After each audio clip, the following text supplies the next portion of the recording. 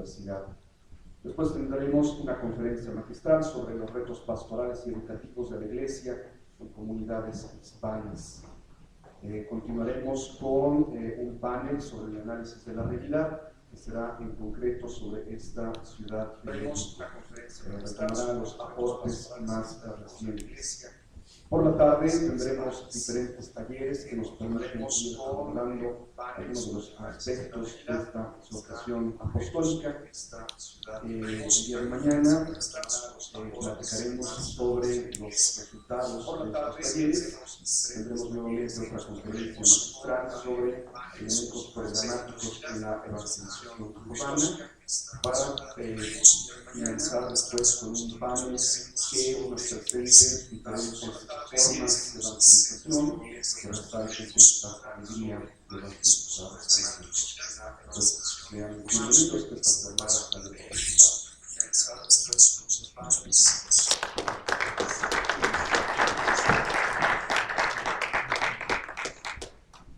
También les recordamos que a lo largo de las jornadas se toma asistencia para poderles dar sus constancias de determinadas horas.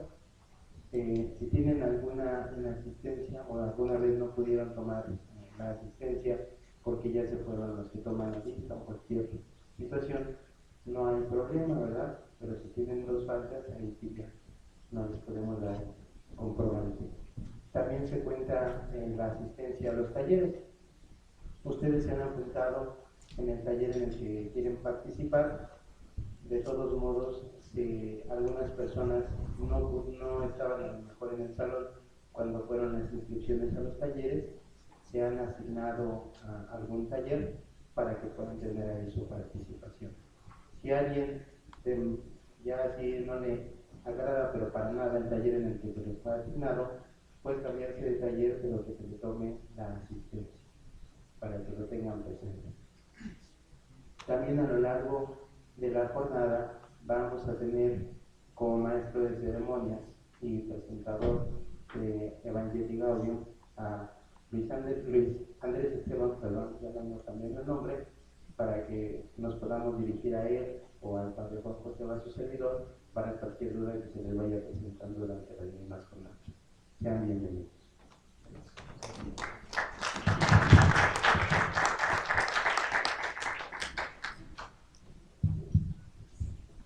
Agradezco al padre Juan Alberto y al padre Juan José la invitación y también la apertura que han tenido para que integremos también nuestras preocupaciones particulares y nuestros deseos para que estas jornadas pues, puedan tratar los asuntos que sean de interés más relevante para nosotros.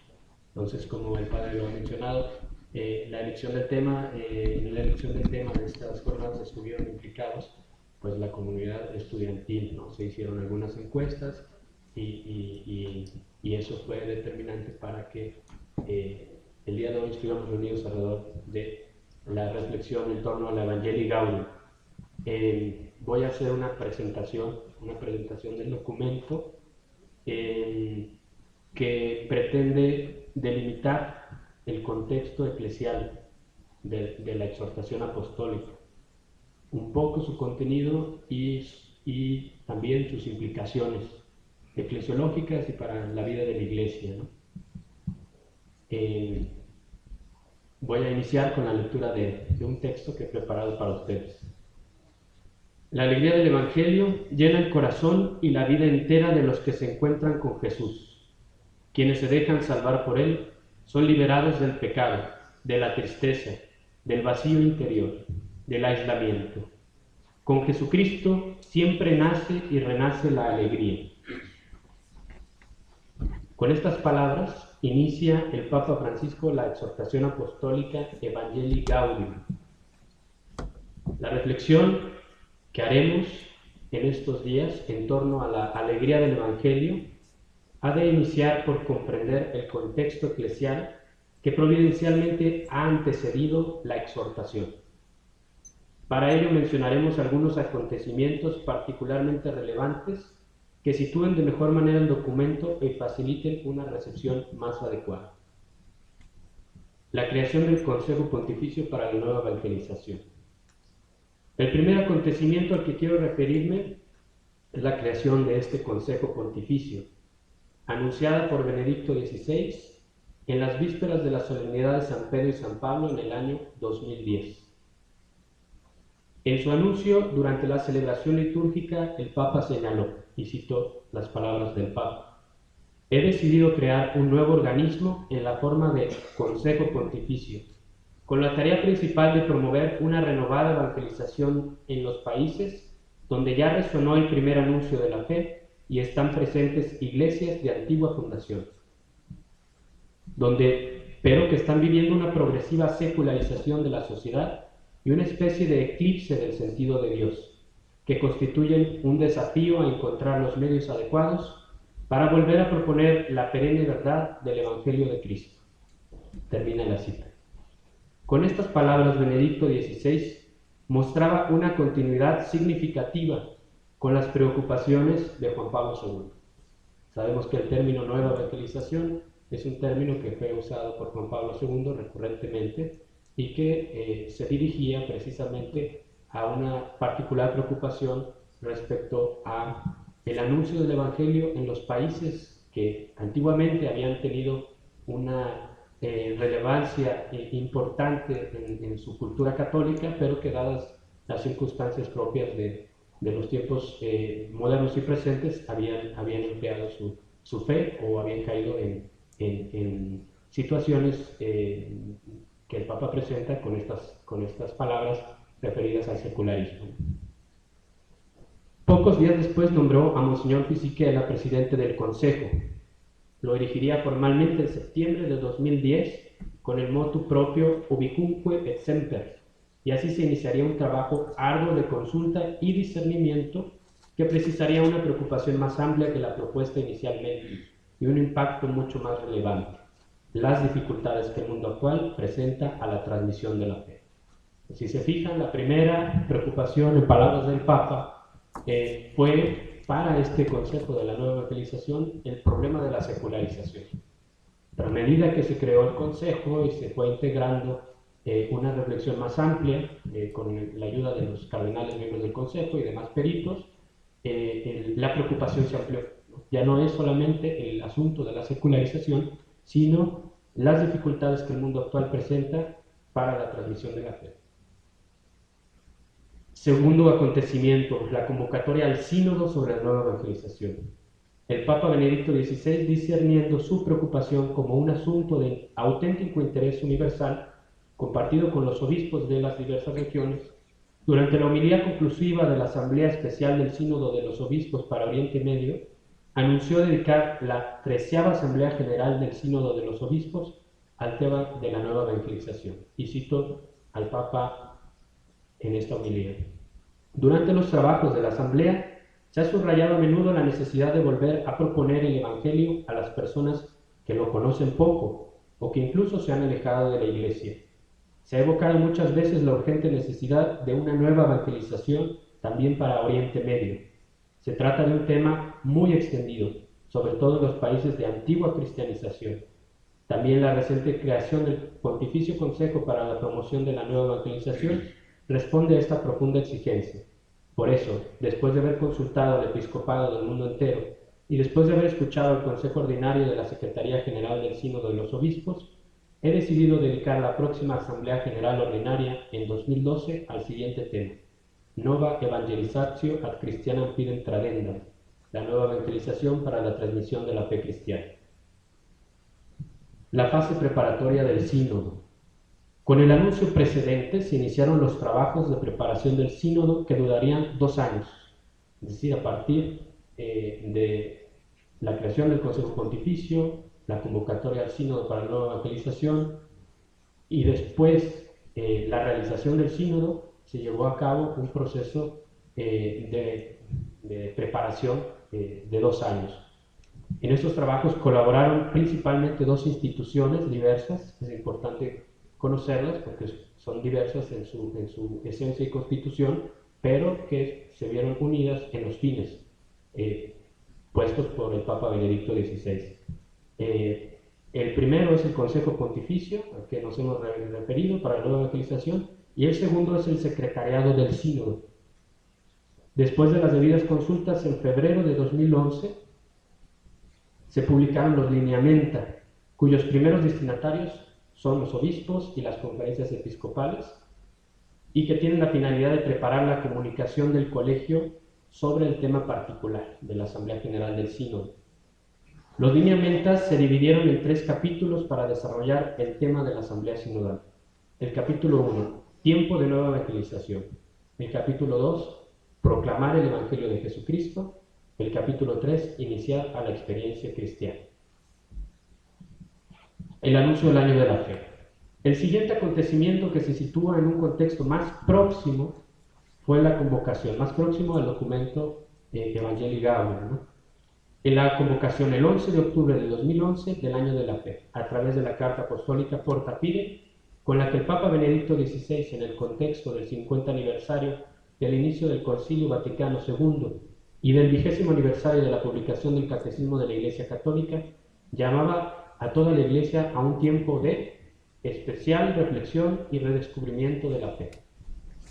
En este contexto más amplio se situaba la Asamblea General del Sínodo de los Obispos en el mes de octubre de 2012, que coincidiría con el inicio del año de la fe. La fase previa al sínodo y el documento de Instrumentum Laboris, ¿no? Un poco la metodología sinodal. Hay una fase, el primero para la elección del tema de la Asamblea General. En esa fase el Papa, a través de la Secretaría General del Sínodo, consulta a los episcopados locales, haciendo la consulta, convoca al sínodo con un tema particular que sea de preocupación universal.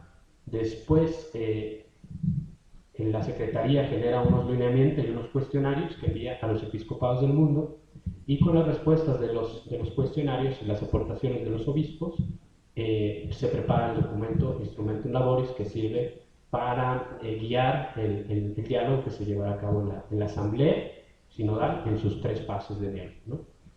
Los preparativos del sínodo continuaron con las grandes expectativas que el año de la fe suscitó. De modo que después de haber recibido el material de los obispos y de las conferencias episcopales, incluidos los cuestionarios, el Consejo de la Secretaría General, con la ayuda del Consejo Pontificio para la Nueva Evangelización, redactó el Instrumentum Laboris, que fue publicado en junio de 2012, después de haber sido aprobado por Benedicto XVI como documento de trabajo para guiar las discusiones sinodales. El documento se dividió en 4 capítulos, un capítulo más respecto a los lineamenta, a saber, capítulo 1, Jesucristo, Evangelio de Dios para el hombre; capítulo 2, tiempo de nueva evangelización; capítulo 3, transmitir la fe; y capítulo 4, reavivir la acción pastoral. El sínodo se realizó en Roma del 7 al 28 de octubre de 2012. El 11 de octubre inició solemnemente el año de la fe, de modo que el año de la fe inició con el sínodo sobre la nueva evangelización y la transmisión de la fe. Participaron, fíjense bien, 262 padres sinodales, el mayor número en la historia de los sínodos. Durante las discusiones del sínodo, las reflexiones se dirigían cada vez más hacia la Iglesia misma y no hacia el problema que originalmente suscitó la preocupación de Benedicto XVI, el problema de la secularización. Entonces vemos un giro desde la preocupación inicial, con el trabajo colegial de los obispos y con las reflexiones que realizó el Consejo, de una preocupación originaria que situaba la nueva evangelización en el contexto de la secularización, a una preocupación mucho más profunda que situaba el problema de la evangelización ya no en el mundo secularizado, sino en la propia Iglesia, ¿no?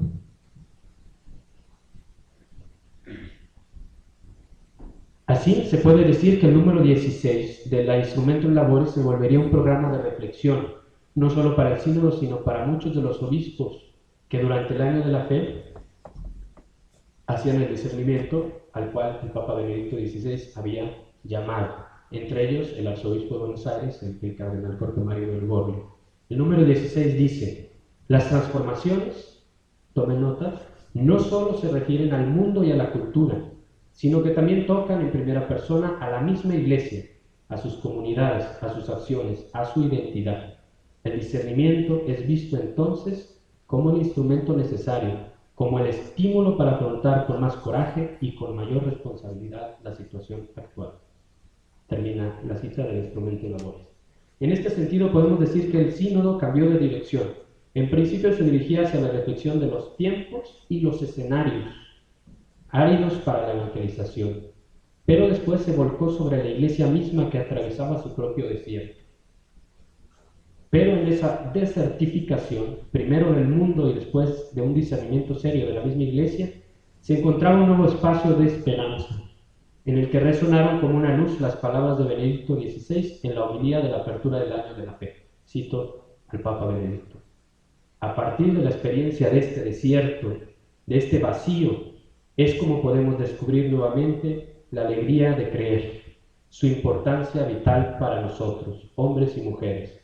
En el desierto se vuelve a descubrir el valor de lo que es esencial para vivir. Aquí vemos ya, aparece en la apertura del año de la fe, la noción de la alegría de creer, ¿no? Que después será fundamental para el documento que estamos tratando de comprender. La renuncia del Papa Benedicto XVI. A solo 4 meses, fíjense, el contexto histórico es muy importante. 4 meses de haber iniciado el año de la fe, el 11 de febrero. El año de la fe inició el 11 de octubre del año 2012. El 11 de febrero del 2013, el Papa Benedicto XVI, por motivos de edad avanzada y de salud, renuncia al ministerio petrino. En el anuncio de su renuncia se perciben ciertos rasgos de las preocupaciones que en el contexto del sínodo de la nueva evangelización y del discernimiento propio del año de la fe se habían presentado como particularmente graves. Y cito lo que el Papa dijo en la declaración famosa, ¿no? En el mundo de hoy, sujeto a rápidas transformaciones y sacudido por cuestiones de gran relieve para la vida de la fe, para gobernar la barca de Pedro y anunciar el Evangelio, es necesario también el vigor, tanto del cuerpo como del espíritu, vigor que en los últimos meses ha disminuido en mí, de tal forma que he de reconocer mi incapacidad para ejercer bien el ministerio que me fue encomendado. Termina la cita. De modo que la declaración de la renuncia del Papa incluye la preocupación por la nueva evangelización. La elección del Papa Francisco. La sede vacante inició el 28 de febrero.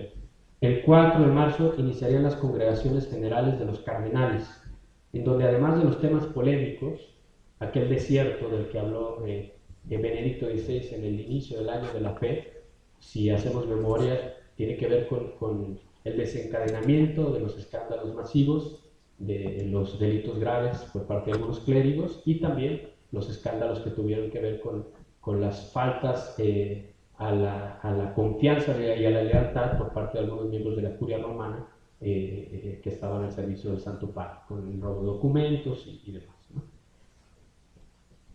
Se trataron los temas polémicos en las congregaciones generales, pero no fue lo más importante. El asunto más importante fue la cuestión de la nueva evangelización y la misión de la Iglesia en el mundo. Además, como era natural, se incluyó en las discusiones de las congregaciones el perfil del nuevo Papa, un elemento al que Benedicto XVI había invocado ya en su renuncia: vigor de cuerpo y espíritu para anunciar el Evangelio y gobernar a la Iglesia. El 13 de marzo, el arzobispo de Buenos Aires, el cardenal Jorge Mario Bergoglio, fue elegido por los señores cardenales obispo de Roma.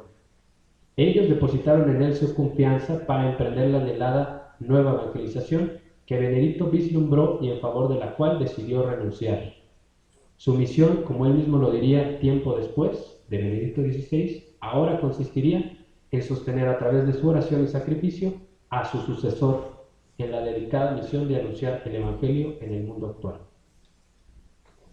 El proyecto de la nueva evangelización de Francisco. Pocos días después del inicio del pontificado de Francisco, el cardenal Jaime Ortega, arzobispo de La Habana, con la autorización del Papa, publicaría un discurso breve presentado por Bergoglio en las congregaciones generales titulado La dulce y confortadora alegría de evangelizar, en donde mencionaba la necesidad de llevar a cabo la evangelización, dando algunas indicaciones concretas. Les platico un poco informalmente cómo fue que se dio esto en una homilía más o menos alrededor de 20, 30 días después de la elección del Papa Francisco, el cardenal Jaime Ortega narró que durante las congregaciones generales, en la intervención del Papa Bergoglio, había él propuesto cuatro líneas de renovación de la Iglesia para la evangelización. Ya no habló de nueva evangelización, para la evangelización. Y esas 4 líneas fueron muy bien recibidas por los señores cardenales, de modo que terminando ese día, él se acercó por la noche al cardenal Bergoglio y le pidió que si se las podía dar por escrito. Se las dio por escrito en un manuscrito y el cardenal Jaime Ortega después las publicó en una revista propia de evangelización de su diócesis, ¿no? Fueron 4 puntos que ahorita vamos a ver su contenido, que fueron presentadas por el cardenal Bergoglio en las congregaciones generales como un programa de renovación eclesial para la evangelización. El número 1, el primer punto es el llamado de la Iglesia a salir de sí misma e ir hacia las periferias existenciales. Número 2, el llamado de la Iglesia a salir de la autorreferencialidad. Número 3, la Iglesia autorreferencial que vive en sí, para sí, es una iglesia mundana. La Iglesia evangelizadora sale de sí. Aquí el cardenal en ese entonces utilizó palabras fuertes que ha seguido utilizando. La Iglesia está enferma cuando se vuelve sobre sí misma. Hay que sanar a la Iglesia, y la forma de sanar a la Iglesia es que salga de sí misma a comunicar la alegría del Evangelio. Y el número 4, fíjense, este es muy importante, fue muy relevante realmente para la elección del Papa Francisco. Dice, el próximo Papa ha de ser un hombre que desde la contemplación y adoración a Jesucristo ayude a la Iglesia a salir de sí hacia las periferias y a vivir la dulce y confortadora alegría de evangelizar. Termina el documento que presentó el cardenal Jaime Ortega. La otra fuente de la Evangelii Gaudium, ¿no? La otra fuente sin duda es el documento de Aparecida. El cardenal Bergoglio no tuvo una participación pública en el sínodo, ni tampoco en el Consejo para la Promoción de la Nueva Evangelización. Sin embargo, tenía una propuesta muy clara sobre las preocupaciones del sínodo y realizó un discernimiento propio en la experiencia del desierto de la que habíamos hablado con Benedicto XVI, que lo llevó a afirmar con claridad lo que es esencial para vivir, la alegría del Evangelio. Pero su discernimiento se remonta en su experiencia como pastor hacia Latinoamérica. Así, su reflexión sobre el sínodo, sobre el tema del sínodo, llevaba varios años más, se había cristalizado ya en un programa pastoral en el que había podido colaborar para su desarrollo como redactor del documento final y desde el cual había renovado la vida de su propia arquidiócesis, la quinta conferencia del Episcopado Latinoamericano y del Caribe en Aparecida. Así, Francisco tendría 2 fuentes principales para plantear la cuestión de la evangelización. La primera, el sínodo, y la segunda, el documento de Aparecida. Siguiente acontecimiento, la encíclica a 4 manos, la Lumen Fidei. El Papa Francisco se presentó inmediatamente como un Papa innovador y renovador de la vida de la Iglesia, desde los principios que propuso en las congregaciones generales. Sin embargo, fue también significativa su delicadeza de afirmar una continuidad con su predecesor Benedicto XVI. Continuidad y respeto que ratificó de modo particular en la publicación de la encíclica a 4 manos, Lumen Fidei, sobre todo teniendo en mente que la primera encíclica de un Papa normalmente es programática. La primera encíclica de Francisco fue un documento que casi su totalidad fue escrito por su predecesor, además de ser una encíclica doctrinal, siendo que él tenía en mente un programa pastoral. Este gesto significa, además de su aprecio por Benedicto, una confirmación de que cualquier programa pastoral, por más urgente que sea, se debe de fundar en la luz de la fe, que ha de iluminar la acción de la Iglesia. Así la encíclica Lumen Fidei acompañaría la reflexión final del año de la fe, pero no lo concluiría. Para su conclusión, Francisco preparaba otro, en palabras de Francisco, otro hermoso documento que pudiera ayudarnos. Francisco dice, hay 2 documentos que van a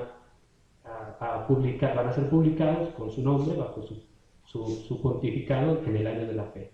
Ambos hermosos documentos que pueden ayudarnos, Lumen Fidei y después la exhortación apostólica, presentado con él por estas palabras, ¿no? Así presentó el Papa Francisco la Evangelii Gaudium. Es mi deseo hacer una exhortación sobre la evangelización en general y añadirle las cosas del sínodo. Termino sus palabras. En estas palabras encontramos el contenido esencial del documento. Ya no se habla de la nueva evangelización, es una exhortación apostólica general que tiene como tema central la evangelización en el mundo actual, a la cual ha decidido añadirle las cosas del sínodo, ¿no? El documento conclusivo del Año de la Fe, por lo tanto, es la Evangelii Gaudium. La exhortación apostólica, Evangelii Gaudium no fue o no es una exhortación apostólica post-sinodal. Esto es un dato importante. Es el documento conclusivo del Año de la Fe. Si ustedes se fijan, no es presentado así. El documento se presenta como exhortación apostólica, no exhortación apostólica post-sinodal. Y el mismo Papa dice, yo voy a hacer un documento sobre la evangelización en general, a la que le voy a añadir algunas de las cosas del sínodo. No es entonces el desarrollo de un documento que pasa a través de las discusiones del Instrumentum Laboris por una comisión, se presenta al Papa, el Papa le da su redacción final y publica como fruto de un sínodo. Aquí sucede otra cosa. El Año de la Fe concluye con una exhortación sobre la evangelización a la que se le añaden algunas de las preocupaciones y de las proposiciones del sínodo. El contexto del documento es, sin embargo, el sínodo, pero no solo la Asamblea General del Sínodo de los Obispos, sino también, como hemos señalado, la renuncia al Papa Benedicto, las congregaciones generales y su propia elección como soberano pontífice. Así podemos decir que es un documento sui generis, puesto que, aunque tiene como antecedente la Asamblea Sinodal, no es en sentido estricto el fruto del ejercicio colegial del sínodo, sino más bien la comunicación de su propia propuesta de evangelización, que se funda en un llamado a la Iglesia a su propia conversión desde la experiencia latinoamericana aparecida. En este sentido, se puede decir que Francisco inicia su pontificado en el discernimiento propio del Año de la Fe y de la nueva evangelización, y el fruto de este discernimiento eclesial, que incluye estos acontecimientos de no menor relevancia que el sínodo, se expresa en la exhortación apostólica. Esta exhortación apostólica es un fruto del Año de la Fe, es el cierre del Año de la Fe. De hecho, se promulgó en la solemnidad de Cristo Rey, con la cual se clausuró el Año de la Fe, se publicó. Así, la exhortación representa un desarrollo amplio de aquel discurso al cual ya me he referido, titulado La dulce y confortadora alegría de evangelizar, en el que los cardenales vieron a un hombre que desde la contemplación y adoración a Jesucristo ayudaría a la Iglesia a salir de sí hacia las periferias, con el vigor y espíritu que requiere el mundo actual. La exhortación apostólica, programa pastoral. En este sentido, la exhortación apostólica es un programa pastoral, escrita en un lenguaje novedoso, por sencillo y popular, con un espíritu misionero y evangelizador, cristocéntrico, que se funda en el discipulado, que busca la transformación de las estructuras eclesiales, que ya no fueran adecuadas para la evangelización, a través de una conversión pastoral, que haga a la Iglesia salir de sí misma e ir al encuentro de los que viven en las periferias existenciales. Coincide notablemente la continuidad en la preocupación con sus predecesores, Juan Pablo II y Benedicto XVI, con la novedad de una propuesta concreta. Así, al final del camino se integran dos visiones complementarias en una perspectiva eclesiológica de continuidad en la doctrina y de renovación en la pastoral. El giro que inicialmente desarrolló el paso de los lineamenta al instrumento laboris, al que ya me referí, de pensar primero en la situación de la Iglesia antes que en la situación del mundo actual, se vuelve el vínculo fundamental entre ambos pontificados. Cuando el Papa inicia este recorrido, la preocupación, lo vuelvo a repetir, es la transmisión de la fe en los países secularizados. Después de los trabajos colegiales, la preocupación gira y es las dificultades que la Iglesia encuentra en sí misma para la transmisión de la fe. La exhortación en este sentido se dirige a toda la Iglesia promoviendo una auténtica reforma pastoral, cuya esencia consiste en reanimar la alegría del encuentro con Cristo en todos los bautizados, para que desde esa alegría se puedan transformar las instituciones eclesiales en instituciones misioneras, llevando a la Iglesia a salir de sí para ir al encuentro de los demás en las periferias existenciales, con un profundo sentido cristocéntrico, libre de toda autorreferencialidad. Cito al Papa Francisco en la exhortación Evangelii Gaudium, Dice: destaco que lo que trataré de expresar aquí tiene un sentido programático y consecuencias importantes. Espero que todas las comunidades procuren poner los medios necesarios para avanzar en el camino de una conversión pastoral y misionera, que no puede dejar las cosas como están, ¿no? Termina la cita. El documento inicia con una introducción teológica que presenta la alegría del Evangelio. Continúa con una estructura integrada por 5 capítulos.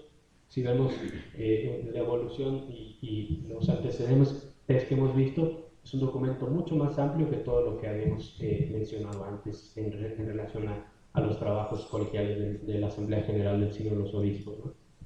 El capítulo primero es la conversión misionera de la Iglesia. Capítulo segundo, la crisis del compromiso comunitario. Capítulo tercero, el anuncio del Evangelio. Capítulo cuarto, la dimensión social de la evangelización. Capítulo 5, evangelizadores con espíritu. Pues bien, con estas reflexiones que pretenden presentar la exhortación apostólica Evangelii Gaudium para las jornadas de estudio teológico de la Universidad Católica Lumen Gentium, deseo exhortar a toda la comunidad académica, alumnos y profesores a lo siguiente. Número 1. Discernir con el auxilio de la ciencia teológica y en el espíritu del documento el papel de la Universidad Católica en la evangelización. Número 2. Discernir los modos concretos en los que una comunidad académica puede salir de sí misma e ir a las periferias, también en el ámbito de la cultura, en donde se gestan los paradigmas, en palabras del Papa Francisco, para superar los riesgos de mundanidad y autorreferencialidad que pueden enfermar, como el Papa Francisco lo decía en ese discurso en las congregaciones generales, a la Iglesia, pero también a nuestras comunidades más inmediatas y próximas. Número 3. Renovar nuestro encuentro personal con Cristo para que desde la contemplación y la adoración de Jesucristo, como auténticos discípulos, podamos vivir la dulce y confortadora alegría de evangelizar. Muchas gracias.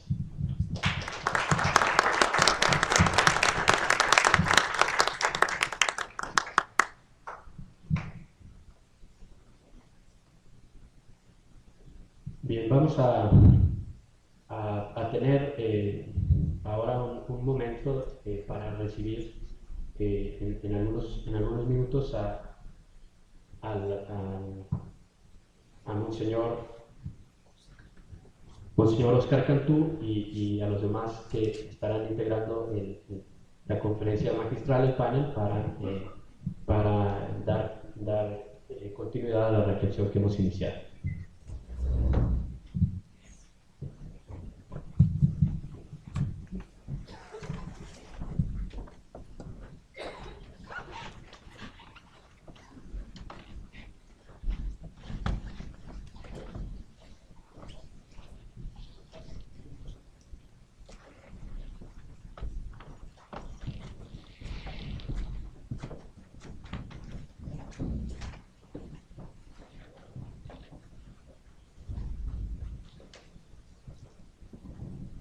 Buenos días, Monseñor Oscar, bienvenido a la universidad.